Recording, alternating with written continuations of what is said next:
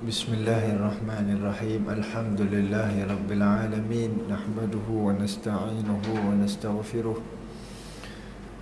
Wa na'udzu billahi min shururi anfusina wa min sayyiati a'malina. Man yahdihillahu fala mudilla lahu wa man yudlilhu fala hadiya lahu. أشهد أن لا إله إلا الله وحده لا شريك له وأشهد أن محمدا عبده ورسوله وحبيبه وصفيه وخليله. اللهم صل وسلم وبارك على سيدنا محمد الفاتح لما أغلق الخاتم لما سبق ناصر الحق بالحق والهادي إلى صراطك المستقيم صلى الله عليه وعلى آله وصحبه حق قدره ومقداره العظيم في كل والدعاء إلى الهدى والدلالة على الخير ابتغاء وجه الله ومرضاته وقربه. علم لنا إلا ما علمتنا إنك أنت العليم الحكيم. لا حول ولا قوة إلا بالله العلي العظيم. أما بعد، السلام عليكم ورحمة الله وبركاته. Yang dimuliakan tuan-tuan imam, ahli jawatan kuasa masjid, pimpinan masyarakat, ayah-ayah, ibu-ibu, muslimin muslimat yang dimuliakan oleh Allah tabaraka wa taala. Alhamdulillah, bertemu kita pada malam ini pada majlis yang mulia, yang insya-Allah di dalamnya sama-sama kita berkongsi rasa hati. Sama ada yang bercakap ataupun yang mendengar, tiada lebih daripada keduanya melainkan kita nak menikmati tentang seorang yang Allah Subhanahu wa taala datangkan sebagai utusannya Allah untuk menjadikan kita ini sempurna dalam beriman kepada Allah Subhanahu wa taala dan Rasulnya Muhammad sallallahu alaihi wasallam. Kerana tidak sempurna iman itu, sabdanya baginda Rasul, hatta akuna ahabba ilaih, sehingga aku ini lebih dicintai, min walidihi wa waladihi wan nasi ajma'in. Wa fi riwayat akuna ahabba ilaihi min ahlihi wa malihi wan nasi ajma'in. Lebih dicintai, katanya Rasulullah, daripada kedua ibu bapa mereka, anak-anak mereka dan seluruh manusia yang lain. Pada riwayat yang lain disebutkan lebih aku ini dicintai, katanya Rasulullah, daripada ahli keluarganya dan hartanya dan seluruh manusia yang lain. Maka disitulah kesempurnaan iman pada orang-orang yang beriman kepada Allah Subhanahu wa taala dan Rasulnya Muhammad sallallahu alaihi wasallam terhenti pada kalimah cinta. Dan begitulah juga kesempurnaan mereka para as-sahabah ridwanullahu ta'ala alaihim ajma'in akan iman-iman mereka, kerana mereka sempurna dalam mencintai baginda Nabi sallallahu alaihi wa ala alihi wa sahbihi wa baraka wasallam. Jadi moga-moga pilihannya Allah tabaraka wa ta'ala untuk malam ini kita bertemu dalam majlis yang tiada lain melainkan kita nak menikmati perihal mulia baginda Rasulullah sallallahu alaihi wasallam yang Allah kirimkan untuk kita nikmati cinta itu, yang disusun oleh Al-Imam Tirmizi alaihi rahmatullah di dalam kitab Asy-Syama'il Muhammadiyah. Moga-moga Allah Subhanahu wa taala golongkan kita insya-Allah, bila mana Allah memilih kita untuk berada di dalam majlis, mendengar, bercakap, menghayati tentang perihalnya baginda Nabi sallallahu alaihi wasallam, Allah bangkitkan nanti kita di yaumil akhirah bersama dengan baginda Rasulullah sallallahu alaihi wasallam. Amin, Allahumma amin. InsyaAllah kita sambung pada perkongsian kita dalam kitab Syama'il Muhammadiyah ini, yang terhenti pada bab yang ke-9, Babu ma ja'a fi aishi Rasulullah sallallahu alaihi wasallam, iaitu bab yang menceritakan tentang kehidupannya Rasulullah. Bab yang menceritakan tentang kehidupannya baginda Rasulullah sallallahu alaihi wasallam di dalam kitab ini mempunyai dua bab yang sama. Nanti tuan-tuan boleh tengok pada isi kandungan itu. Dia ada lagi nanti pada bab yang ke 52, muka surat 293 pada nuskhah ini. Pada muka surat 293 bab yang ke-52 pun juga menceritakan tentang kehidupannya baginda Rasulullah sallallahu alaihi wa ala alihi wasahbihi wasallam. Disebutkan oleh ulama ada dua bab ini, satu di antaranya itu dipendekkan kisahnya, dan satu bab lagi di antaranya itu dipanjangkan kisahnya.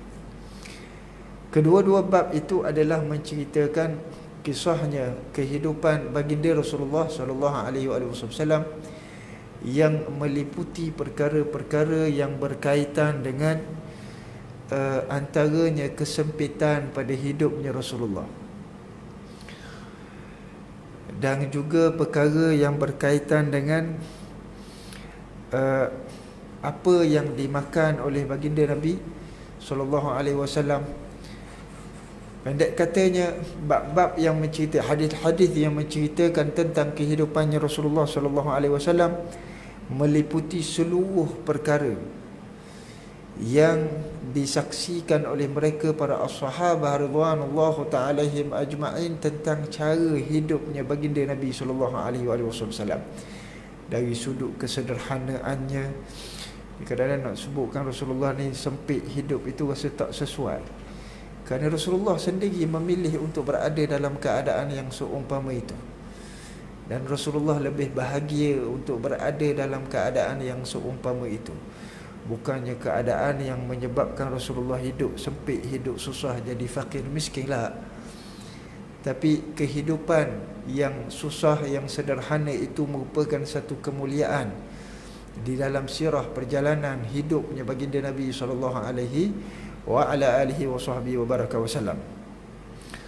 Maka kata juga ulama, lebih aula untuk kita gabungkan kedua-dua bab ini. Maknanya pada bab yang ke-9 ini ada dua hadis yang menceritakan bahagian daripada kehidupannya Rasulullah sallallahu alaihi wasallam.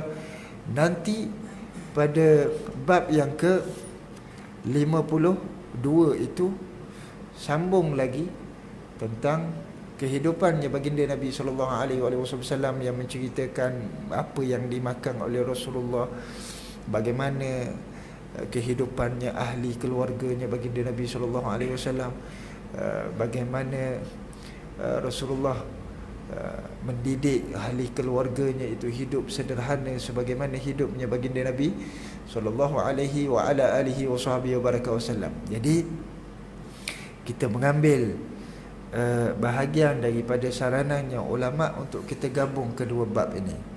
Jadi selepas kita selesai daripada bab yang ke-9, kita langkah terus bab yang ke-52, baru kita undur balik bab ke-10. Sebab setengahnya berpandangan kalau nak selang tu macam tak sesuai. Kerana subhanallah, susunannya Al-Imam At-Tirmidzi alaihi rahmatullah di dalam kitab Syama'il ini dia akan saling berkaitan. Lepas bab ini dia mesti ada kaitan dengan ni. Contohnya kalau kita pernah sebut tentang bab celak, sebelum bab celak itu bab tarajjul, bab menyikat rambut, kemudian bawa kepada khidab, bab mewarna uban, kemudian bawa kepada celak, kemudian bawa kepada al-libas yang baru saja kita selesai tentang pakaiannya Rasulullah. Maka itu dikaitkan dengan bab-bab yang berkaitan dengan perhiasannya baginda Nabi sallallahu alaihi wa ala alihi wasallam. Maka ini masuk pada perkara yang nak kaitkan dengan kehidupannya baginda Nabi sallallahu alaihi wasallam. Jadi kita mengambil bahagian daripada saranannya ulama untuk kita gabungkan. Jadi selepas selesai daripada bab ke-9, kita langkah dulu bab ke-52 untuk selesaikan tentang Aisyah, iaitu kehidupannya baginda Nabi sallallahu alaihi wa ala alihi wasallam. Di dalam satu hadisnya baginda Nabi sallallahu alaihi wasallam pernah bersabda dengan mengingatkan kepada sahabat supaya tidak terlalu memberikan tumpuannya kepada dunia, dengan katanya baginda Rasulullah, Allahumma la aish illa aish al-akhirah.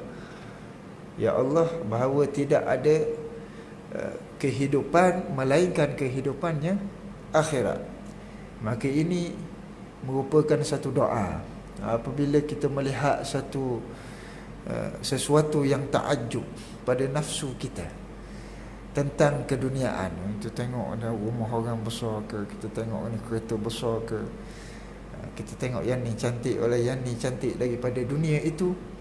Disarankan oleh baginda Nabi sallallahu alaihi wasallam, pesan oleh mereka para ulama supaya kita doa. Doanya adalah Allahumma la aish illa aish al-akhirah. Ya Allah, tidak ada kehidupan melainkan kehidupannya akhirat.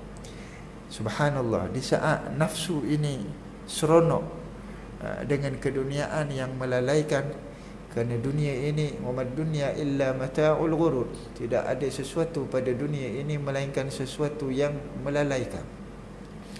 Maka pasti saja keseronokan yang terkait dengan dunia itu adalah keseronokan yang bakal melalaikan kita. Yang seronok itu adalah nafsu. Maka cepat-cepat didik nafsu dengan doa itu. Ingatkan nafsu dengan doa itu bahawa tidak ada kehidupan, tidak ada sesuatu yang dipanggil sebuah kehidupan illa aishul akhirah, kecuali kehidupannya di akhirat. Yang nanti kita dihidupkan di akhirat, itulah kehidupan yang sebenar. Kehidupan kita hari ini bukan kehidupan yang sebenar, kerana Allah Subhanahu wa taala jadikan hidup kita di atas dunia ini sebagai landasan ataupun jambatan untuk kita menuju kehidupan yang sebenar, iaitu kehidupannya di yaumul akhirah. Dan nanti pada yaumul akhirah diriwayatkan Nabi Yahya alaihi salam. Nabi Yahya ini merupakan ketua syuhada di kalangan para nabi. Bila dihimpunkan syuhada ini, orang yang syahid ini termasuk para anbiya, maka Nabi Yahya alaihi salam inilah yang menjadi ketuanya. Yang kita tahu sirah Nabi Yahya kan, Nabi Yahya ini dibunuh, dibelahkan tubuhnya, dibelah dua, dikerak dua tubuhnya Nabi Yahya alaihi salam. Thumma nanti di yaumul akhirah diriwayatkan bahawasanya Nabi Yahya ini nanti diperintahkan oleh Allah Tabaraka wa Ta'ala untuk menyembelih al-maut, menyembelih mati. Sembelih mati. Mati ini makhluk. Hidup dan mati itu adalah makhluk yang diciptakan oleh Allah Subhanahu wa Ta'ala. Maka ditugaskan kepada Nabi Yahya sebagai kemuliaan kepada Nabi Yahya alaihi salam, nanti di yaumul akhirah akan menyembelih al-maut. Simboliknya tidak ada lagi kematian selepas daripada kehidupannya di akhirat. Maka itulah kehidupan yang sebenarnya. Kerana di sana itu tidak ada lagi kematian. Bermakna kehidupan kita di atas dunia ini bukan kehidupan yang sebenar, kerana nanti kita akan bertemu dengan kematian. La ilaha illallah. Maka bila dihayati akan makna itu, maka terlihatlah kita akan hakikat kehidupan yang abadi, yang pasti ditempuh oleh setiap daripada kita, dan bagaimana kita memilih untuk hidup pada kehidupan yang abadi sama ada nak memilih berada dalam kehidupan yang bahagialah selama-lamanya, ataupun kehidupan yang seksa, wal'iyadzubillahi min dhalik, maka seksalah buat selama-lamanya. La ilaha illallah. Sebagaimana kita ni bila duduk atas dunia kan ada cita-citanya, nak ini, nak ini. Tujuannya apa? Nak bahagiakan kehidupan kita. Kita bersungguh-sungguh dalam mencari rezeki harian, nak bahagiakan kehidupan kita. Dan begitulah juga umpamanya sebagaimana dititipkan kepada kita doa, Rabbana atina fid dunya hasanah wa fil akhirati hasanah. Rabbana atina, berkurniakanlah kepada kami wahai Tuhan kami, fid dunya hasanah, kehidupan yang hasanah atas dunia. Bermakna nak jadikan dunia ini sebagai satu medan untuk kita pastikan nanti pada kehidupan yang sebenar kita dapat hasanah. Hasanah atas dunia ini adalah kebaikan yang kita dapat hidup beribadat kepada Allah Subhanahu wa taala, mencari bekal sebaiknya untuk mendapat kebahagiaan di akhirat. Itulah hasanah fid dunia. Selain daripada itu bukan hasanah. Hidup keadaan mewah, itu nak ini, nak itu, bukan hasanah. Itu bukan maksud kita minta hasanah daripada Allah Subhanahu wa taala hidup di dunia. Maksud kita minta Allah datangkan kepada atina fid dunya hasanah, datangkan kepada dunia kami ini hasanah, adalah diberi kekuatan oleh Allah Subhanahu wa taala untuk taat kepada Allah, untuk bertakwa kepada Allah, agar fil akhirah hasanah.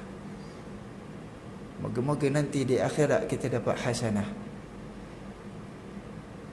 Kerana kehidupan yang hasanah di akhirat, baik hidup di akhirat, baiklah selama-lamanya kehidupan itu, kerana tidak ada lagi kematian. Seronok di akhirat, maka seronoklah selama-lamanya, tidak ada lagi kematian. Begitulah sebaliknya, na'udzubillahi min dzalik, seksa di yaumil akhirah, maka seksa yang tidak ada kesudahannya. Mana Allah Subhanahu wa taala firmankan di dalam Al-Quran, digantikan juludahum, kulit-kulit mereka, daging-daging mereka yang telah dibakar oleh api neraka, yang jatuh luruh itu diganti balik oleh Allah Subhanahu wa taala, agar mereka terus merasa siksanya daripada Allah. Ja'alana Allah wa iyyakum minal muhsinin, insya-Allah. Moga-moga Allah jadikan kita ini insya-Allah di kalangan hamba-hamba yang mendapat kebaikan daripada Allah, yang hidup di atas dunia ini dapat berbuat kebaikan. Amin, Allahumma amin. Hadis yang dibicarakan pada bab ini, yang bab ke-9 ini, dia ada dua hadis.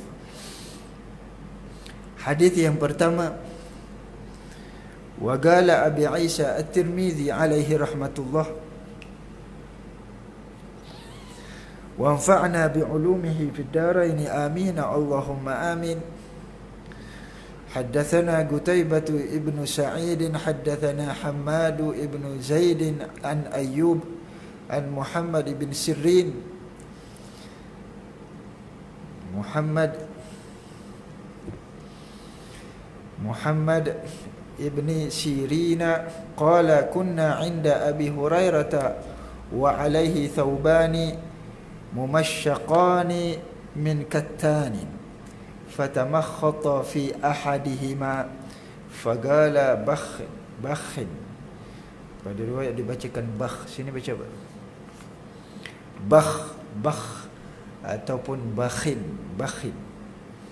Yatamakhatu Abu Hurairah fil kattan, laqad ra'aituni wa inni la akhirru fima baina minbari Rasulillah sallallahu alaihi wasallam wa hujrati Aisyah radhiyallahu ta'ala anha maghshiyan alayya fayaji'ul ja'i fayadha'u rijlahu ala unuqi yura an-nabi jununan wa ma bi jununun wa ma huwa illa al-ju'. Allah. Diriwayatkan disebutkan oleh Abi Isa At-Tirmidzi alaihi rahmatullah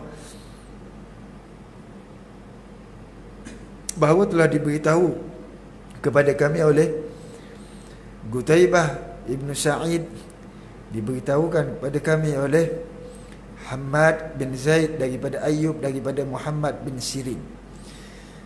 Muhammad bin Sirin ini merupakan seorang thiqah, yang amanah, yang faqih, yang alim, yang merupakan seorang imam.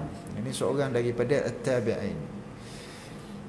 Bahkan disebutkan pada riwayat beliau seorang yang wara' dalam fiqhnya dan faqih di dalam wara'nya. Subhanallah. Wara' di dalam fiqhnya, maknanya syariatnya lah. Wara' dalam syariatnya itu adalah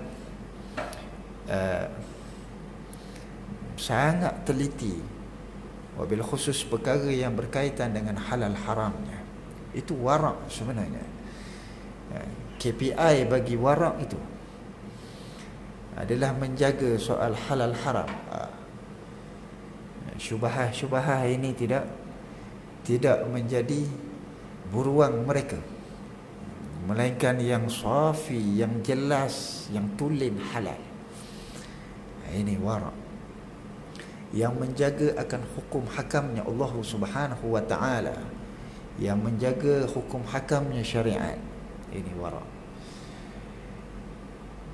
Dan faqih di dalam wara'nya, wara'nya yang terzahir pada zuhudnya, pada qanaahnya, itu adalah berlandaskan syariat, bukan persembahan semata-mata.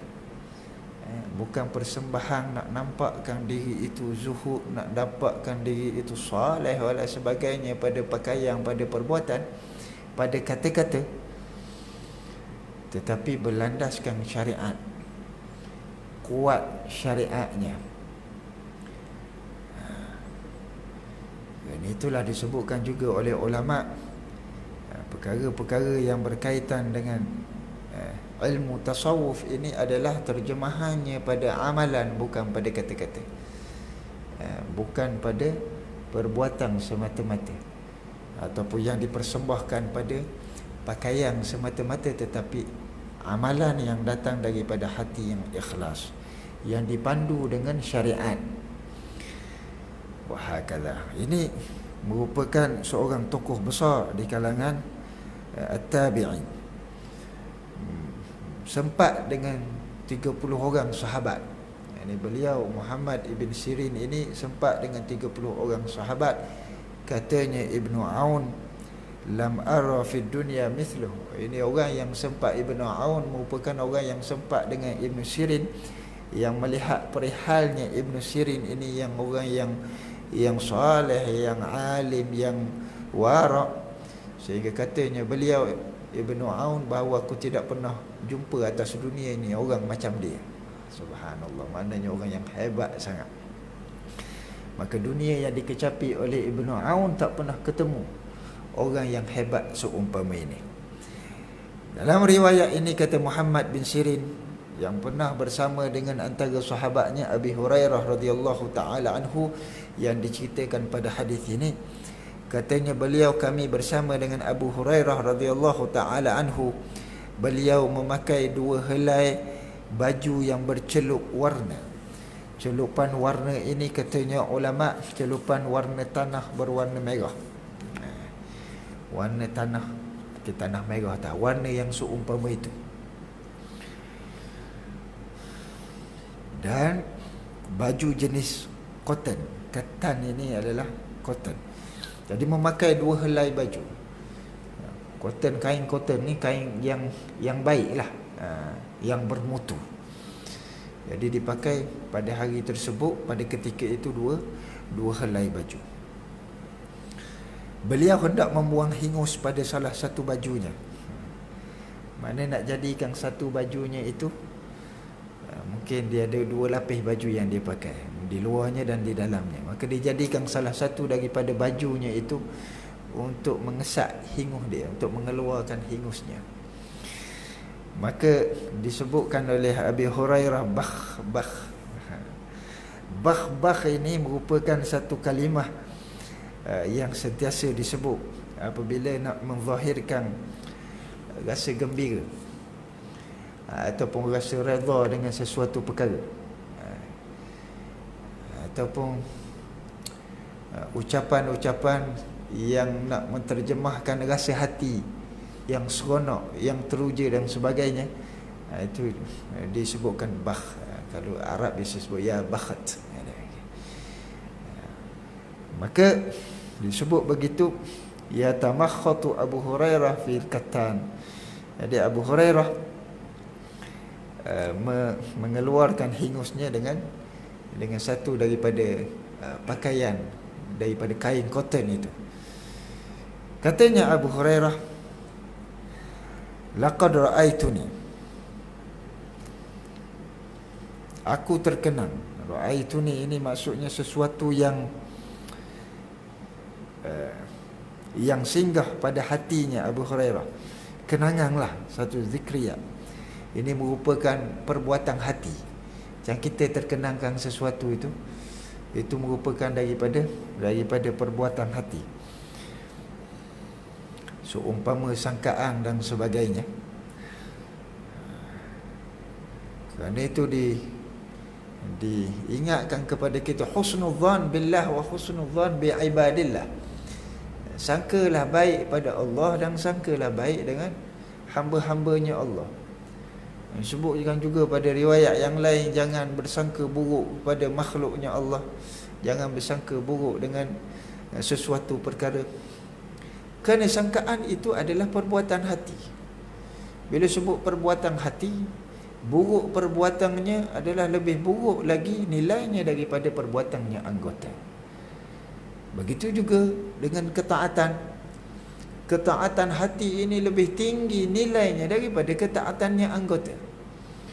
Baginda Nabi SAW bila menyebutkan tentang hati, ala inna fil jasadil mudghah idza salahat jasadu kulluhu wa idza fasadat jasadu kulluhu ala wahya al-qalb, katanya Rasulullah. Bahawasanya di dalam diri manusia ini ada segumpal darah, yang mana bila baiklah ia, maka baik seluruh anggota. Jika buruk ia, rosak dia, maka rosak seluruh anggota. Ala wahya, katanya Rasulullah, bahkan itu adalah hati, perbuatan hati. Kerana itu dilarang untuk bersangka baik, dilarang untuk bersangka buruk kepada makhluknya Allah, apatah lagi dengan Allah, kerana ia melibatkan maksiatnya hati. Bukan sebut kata sangka ni fikiranlah, bukan fikiran kita. Hati. Nak jaga hati, kalau belajar dalam ilmu tasawuf akan titik beratkan soal sangkaan. Katanya Al-Imam Al-Habib Abdullah ibn Abi Bakar Al-Aidrus fil Akbar Syamsus Syumus wa Muhyin Nufus, pesannya beliau kepada ahli keluarganya, kepada anaknya, kepada mereka yang ada di sampingnya, bersangkalah baik walaupun sangkaanmu itu tidak betul. Bersangkalah baik walaupun sangkaan kamu itu tidak betul. Kerana bila kamu bersangka baik, kamu telah menyelamatkan hati kamu daripada melakukan maksiat kepada Allah Subhanahu wa taala. Kamu dah selamatkan hati kamu daripada bersangka buruk. Kerana bersangka buruk dia tidak habis dengan sangkaan itu, ia melibatkan dosa pada hati. Dosa pada hati itu merupakan dosa yang lebih besar daripada dosanya anggota. La ilaha illallah. Bahkan disebut pada satu kitab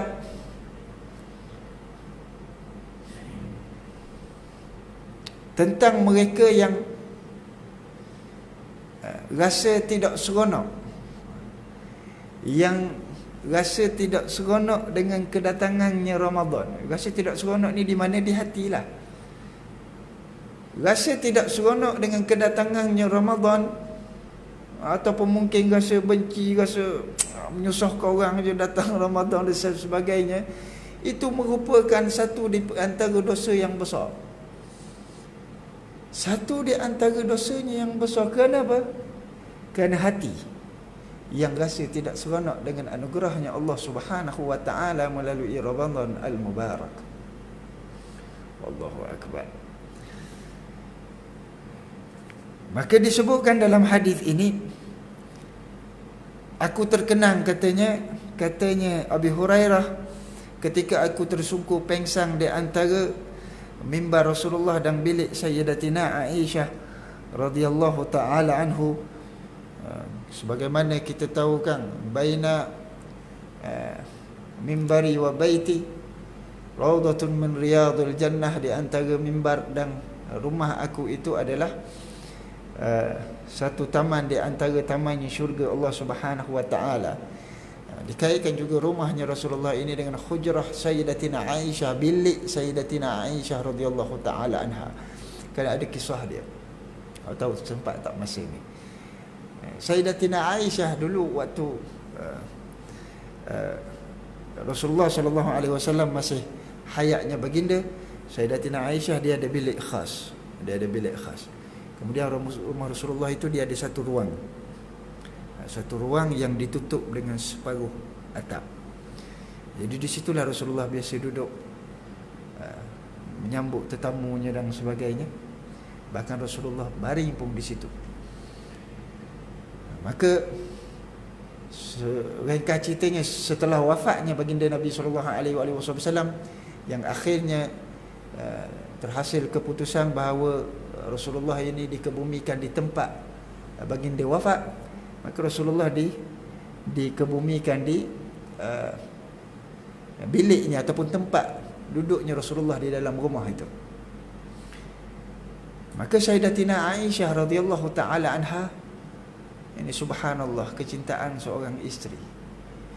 Sayyidatina Aisyah radhiyallahu taala anha, selepas daripada wafatnya baginda Rasulullah, Sayyidatina Aisyah tak duduk lagi pada bilik lamanya tu, melainkan Sayyidatina Aisyah duduk di ruang tempat makamnya baginda Nabi sallallahu alaihi wasallam.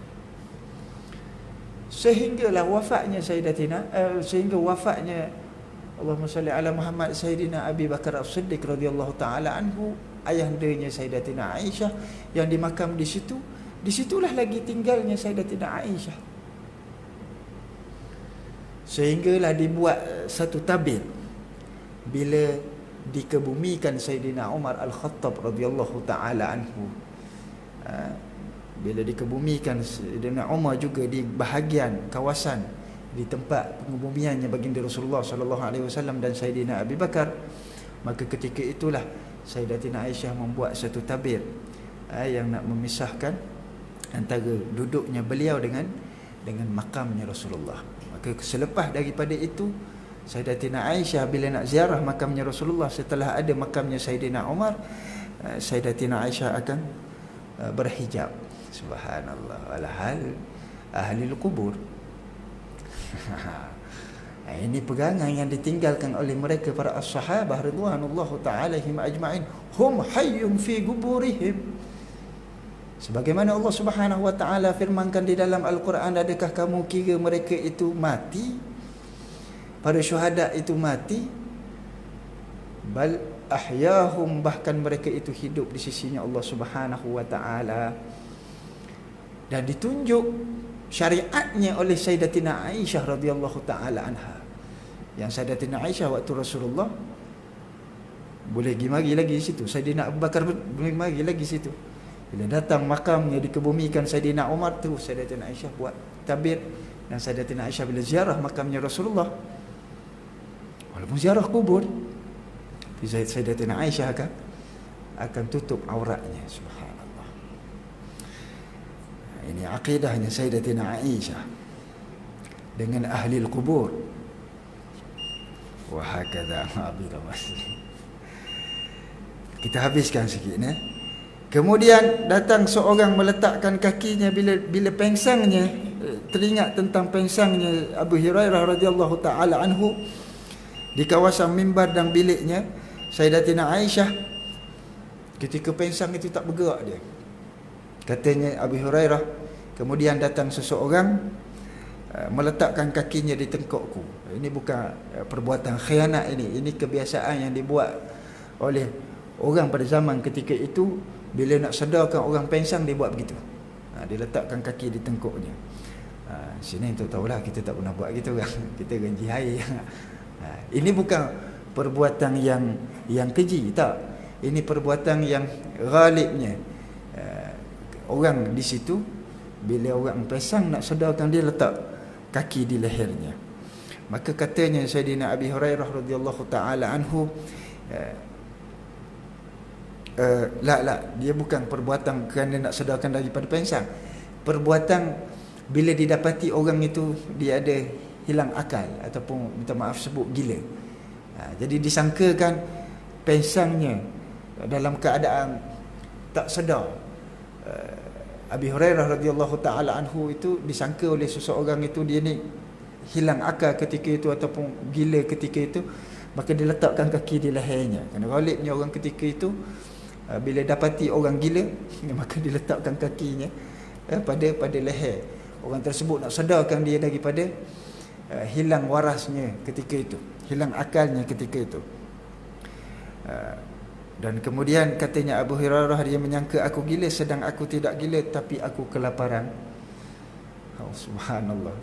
Kenapa disebutkan kisahnya Sayyidina Abi Hurairah radhiyallahu taala anhu dalam bab nak menceritakan tentang kehidupannya Rasulullah? Cukup ini ukuran dia. Bagaimana Sayyidina Abi Hurairah punya kelaparan sampai pengsan.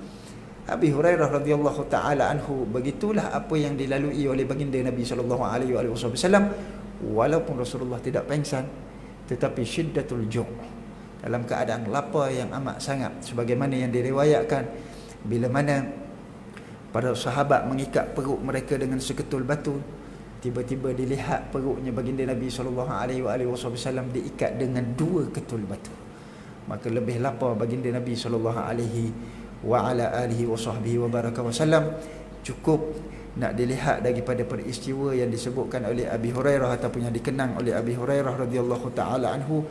Itulah gambaran tentang kehidupan, bahagian daripada kehidupannya baginda Nabi sallallahu alaihi wasallam yang sangat sederhana, yang insya-Allah kita akan kongsikan pada waktu-waktu yang akan datang, tentang sikit sebanyak lagi tentang kehidupannya baginda Nabi sallallahu alaihi wasallam.